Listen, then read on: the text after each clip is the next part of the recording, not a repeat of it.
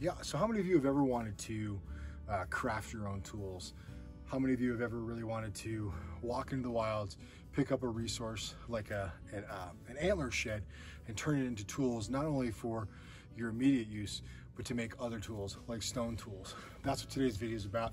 Today I'm going to be showing you guys how to make your own kind of first flint knapping kit out of one antler shed.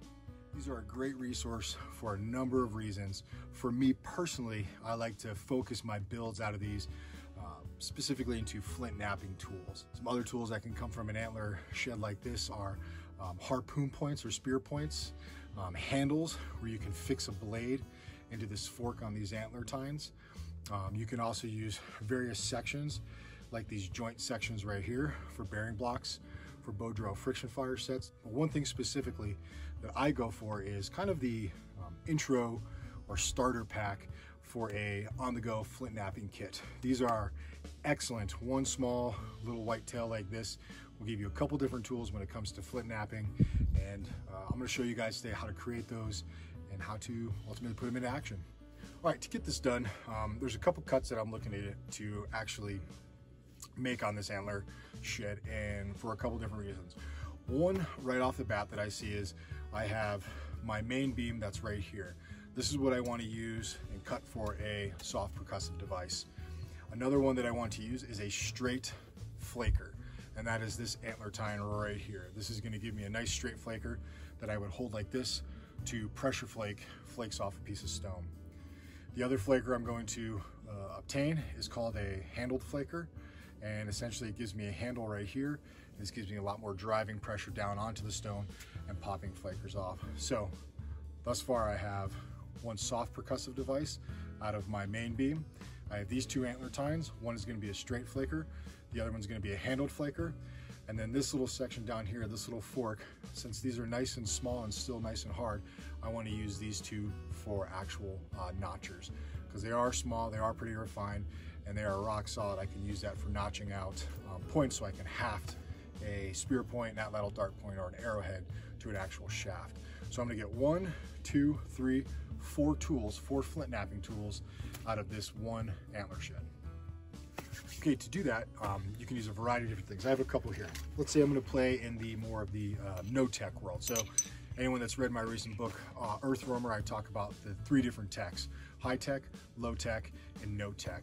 In that no-tech sort of spectrum, you can definitely use all manner of stone flakes. Stone flakes will give you the ability to identify your cut marks and start scoring. When I mean scoring, you're going to be creating a groove all the way around that particular cut point and then snap breaking it off, getting that tool that you need. Another means that you can do, which kind of goes into the low-tech world, is any sort of pocket knife or little handy dandy bush saw, just like these guys right here. Very, very simple, relatively thin, and these will give you the same ability to cut like any other saw. You identify that cut line and you start cranking away, making that cut. With a saw, you can cut all the way through. You don't have to go all the way around and then snap break it. You can score all the way around with the saw, cutting a nice deep groove, and typically once you get to the inside portion of that antler tine, you can kind of just pop it off. But this is kind of a low-tech means. Now on the high-tech side, clearly if you're at your house, you have any sort of bandsaw or any sort of mechanical saw, you could run this through very easily, cutting here, getting all the tools that you need, kind of achieving that high-tech side of cutting this antler tine to your flint knapping tools. Now when using a stone flake, the first thing I want to do is I want to identify my cut points, and my main cut point that I'm going to use is right here. So I'm going to first remove this antler tine to give me my straight flaker. And all I'm going to do is I'm going to come on top, I'm going to brace this antler up against my body or on the ground, and all I'm going to do is start taking the sharp edge of my stone flake and scoring.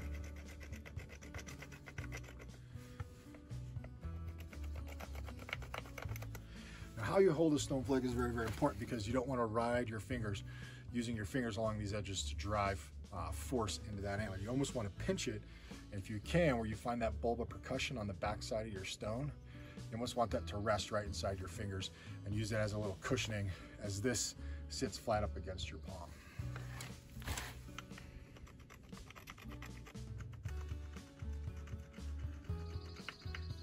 This does take time.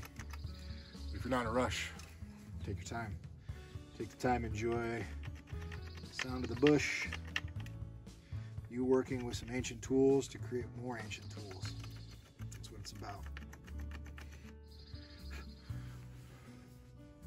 The stone flake is very effective. Just takes a little practice, patience, and a great deal of effort, but you can get it done.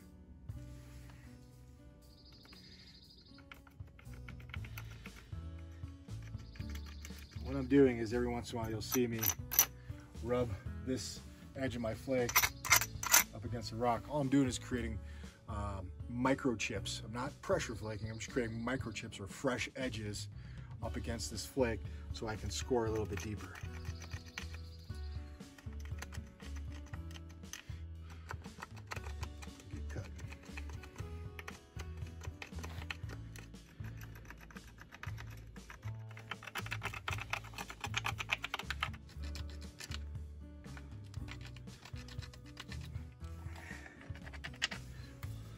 Time, they'll start working it all the way through. Now, some of these lower tines are pretty solid. It might take a little bit, but let's see if we can get her.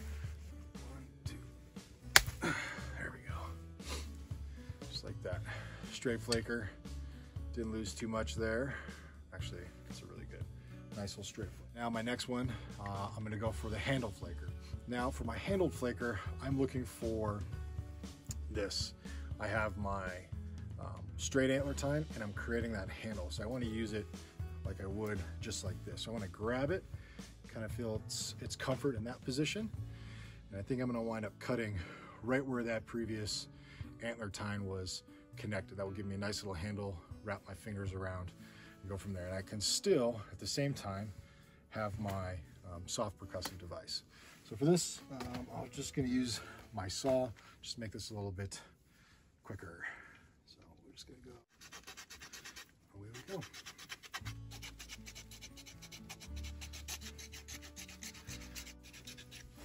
Let's try this other saw. This little Swiss Army knife. This one looks like it's got some cutting capability. Oh yeah.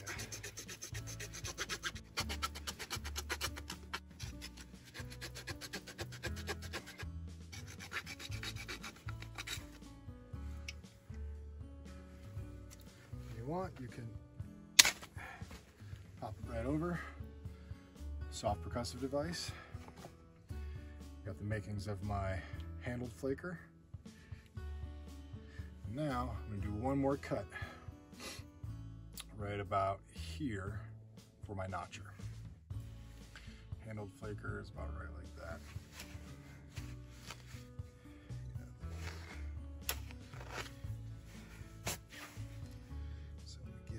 A little bit of room. I'm going to cut right about here so I can also wrap my top finger and pop flakes.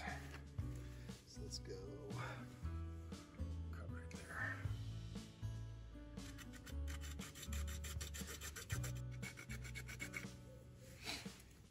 Let's get back to use this saw.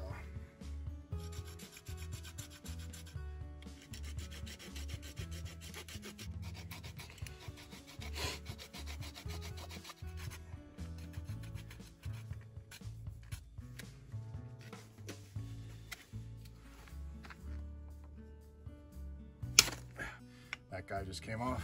Now I have my notcher, which is extremely important. I have two notchings.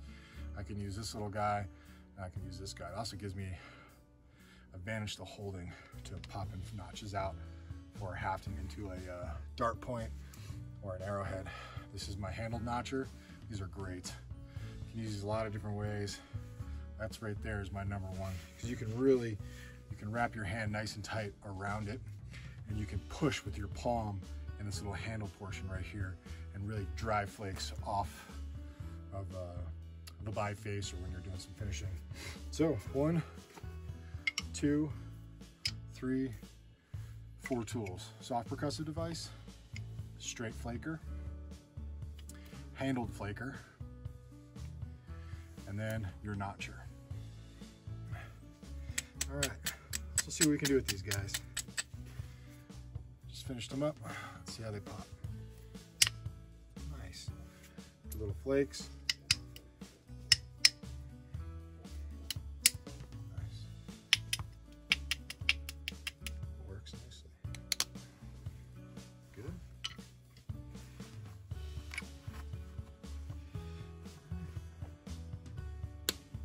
Nice.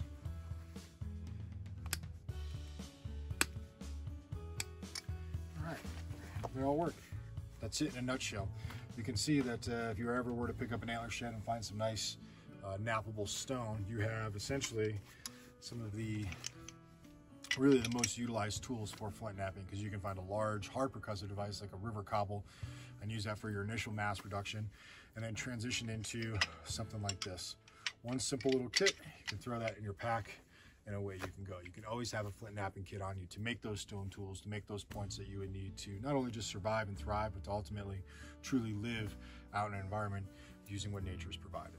I hope you guys enjoyed this. I know a lot of people have asked for this sort of video before. How do I go about making my tools? How can I find them? How can I resource them? Well, get out in the bush, walk around, see if you can find an antler shed, one that's got a couple nice little tines and a good main beam coming off of it. You'll have some essential tools for your flint knapping kit. This is a way, this is not necessarily the way. The easiest way, if you got a bandsaw or any sort of saw at your house, bring this bad boy home and just slice and dice it. If you got a belt sander, you can round out all the edges and you can get it done. Out in the bush, using some stone flakes, using some edges of stone, or even using a pocket knife, something like this with a small saw, you can get some essential flint knapping tools. So I hope you guys enjoyed. Please share this video to any of your friends that are trying to get into flint knapping, learn more about flint knapping, and they're trying to create their own kits, their own primitive kits, so they can start going down that stone journey. Please, like this, subscribe to this channel. Yeah, simple flint knapping tools, very easy to do. I wish you all the best. See you in the bush.